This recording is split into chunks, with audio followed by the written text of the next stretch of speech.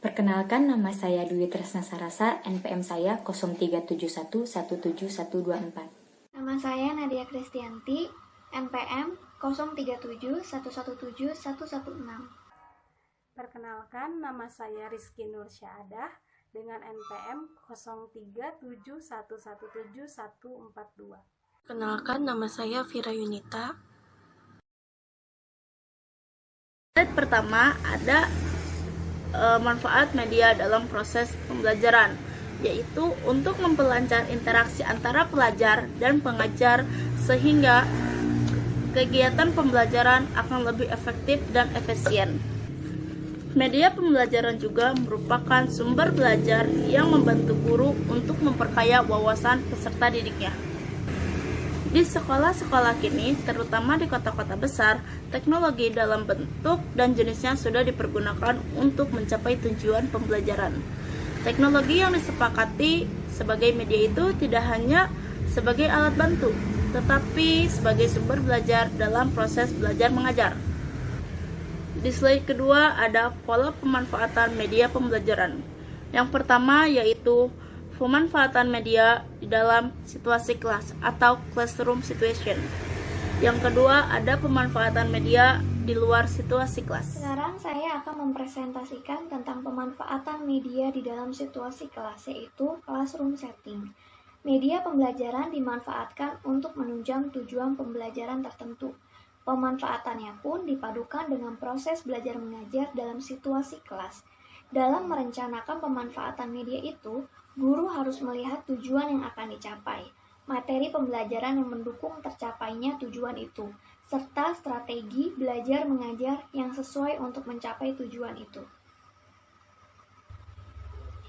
Dan selanjutnya, pemanfaatan media di luar kelas itu dibagi menjadi 3. Yang pertama, pemanfaatan secara bebas. Pemanfaatan secara bebas ialah bahwa media itu digunakan tanpa dikontrol atau diawasi. Pemanfaatan media itu disesuaikan dengan menurut kebutuhan perorangan masing-masing. Yang kedua ada pemanfaatan secara terkontrol. Pemanfaatan media secara terkontrol ialah bahwa media itu digunakan dalam suatu rangkaian kegiatan yang diatur secara sistematis untuk mencapai tujuan tertentu.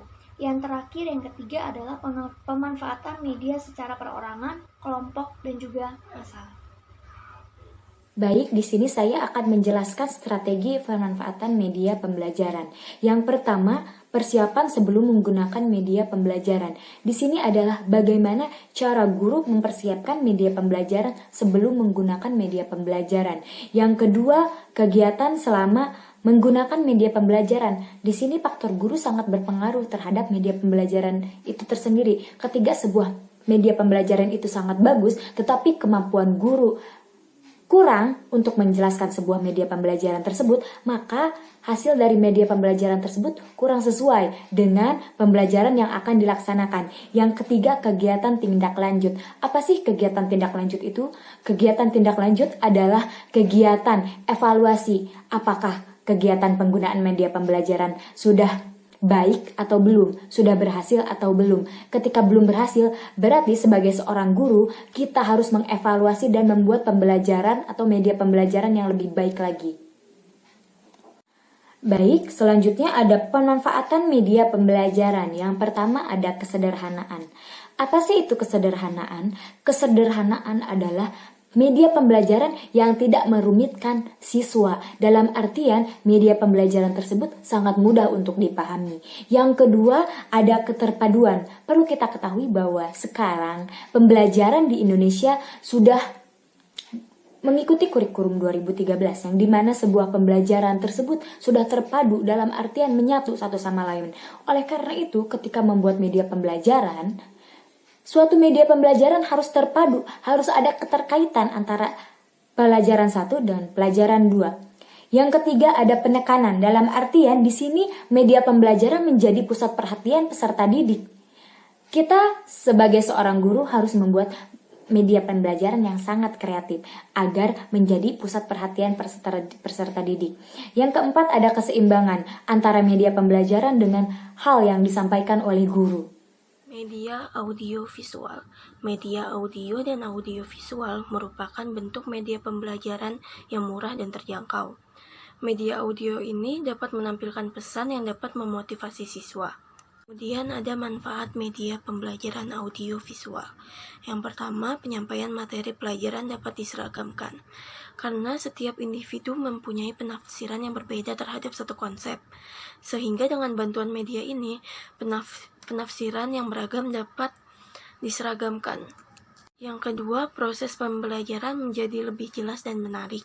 Dengan penggunaan media ini, dapat membangkitkan rasa keingintahuan siswa dan dapat merangsang siswa baik secara fisik ataupun secara emosional. Yang ketiga, proses pembelajaran menjadi lebih interaktif. Dengan menggunakan media ini, guru dapat mengatur kelas sehingga bukan hanya guru saja yang aktif, tetapi siswa juga dapat ikut aktif dalam proses pembelajaran. Kemudian yang keempat, efisiensi dalam waktu dan tenaga. Dengan menggunakan media visual ini, topik dalam pembelajaran dapat dengan cepat dan mudah dijelaskan kepada peserta didik.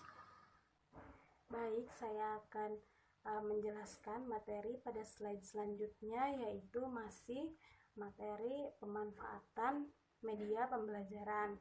Nah, pada poin kelima itu ada meningkatkan kualitas hasil belajar. Nah, penggunaan media ini bukan hanya membuat proses pembelajaran lebih efisien, tetapi membantu peserta didik menyerap materi pembelajaran lebih mendalam dan utuh, sehingga dengan media ini bisa meningkatkan kualitas hasil belajar peserta didik. Yang poin keenam yaitu media memungkinkan proses pembelajaran dapat dilakukan di mana saja dan kapan saja. Nah, media pembelajaran ini dapat dirancang dengan sedemikian rupa sehingga peserta didik dan guru dapat melakukan kegiatan pembelajaran secara lebih leluasa, kapanpun dan dimanapun. Jadi, media pembelajaran ini bisa dibuat secara fleksibel, seperti itu. Lalu, yang poin ketujuh, yaitu media dapat menumbuhkan sikap positif peserta didik terhadap materi dan proses belajar. Nah, dengan media ini, proses pembelajaran menjadi lebih menarik, sehingga mendorong peserta didik untuk lebih mencintai ilmu pengetahuan dan mendorong peserta didik untuk mencari sumber-sumber pengetahuan yang akan mereka pelajari. Poin selanjutnya yaitu mengubah peran pembelajar atau peserta didik ke arah yang lebih positif dan produktif. Nah, dengan memanfaatkan media dengan secara baik, seorang peserta didik dan guru bukan lagi menjadi satu-satunya sumber belajar bagi peserta didik. Nah, jadi dengan media ini bisa mengarahkan peserta didik lebih produktif dan positif lagi mencari ilmu pengetahuan yang ingin mereka ketahui. Nah, yang poin ke-9 itu yaitu media dapat membuat materi pembelajaran yang abstrak menjadi lebih konkret. Nah, ini seperti pada materi pasar tradisional dan pasar modern. Nah, di sini kita bisa membuat media perbedaan pasar tradisional dan pasar modern. Di situ ditampilkan bagaimana bentuk pasar tradisional dan bagaimana bentuk pasar modern, sehingga peserta didik dapat membedakan yang mana pasar tradisional dan yang mana pasar modern. Ini menjadikan media konkret dapat mempermudah peserta didik menyerap informasi mengenai pelajaran yang mereka pelajari. Lalu poin selanjutnya yaitu media juga dapat mengatasi kendala keterbatasan ruang dan waktu.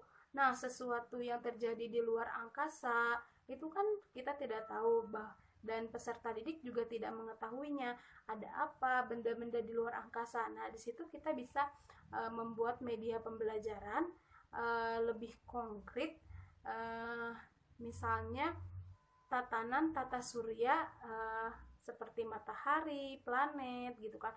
Nah, planet itu ada apa saja, yang mengelilingi matahari itu planet apa saja, ada berapa planet, dan letak bumi itu di mana, setelah bumi itu ada planet apa. Nah, itu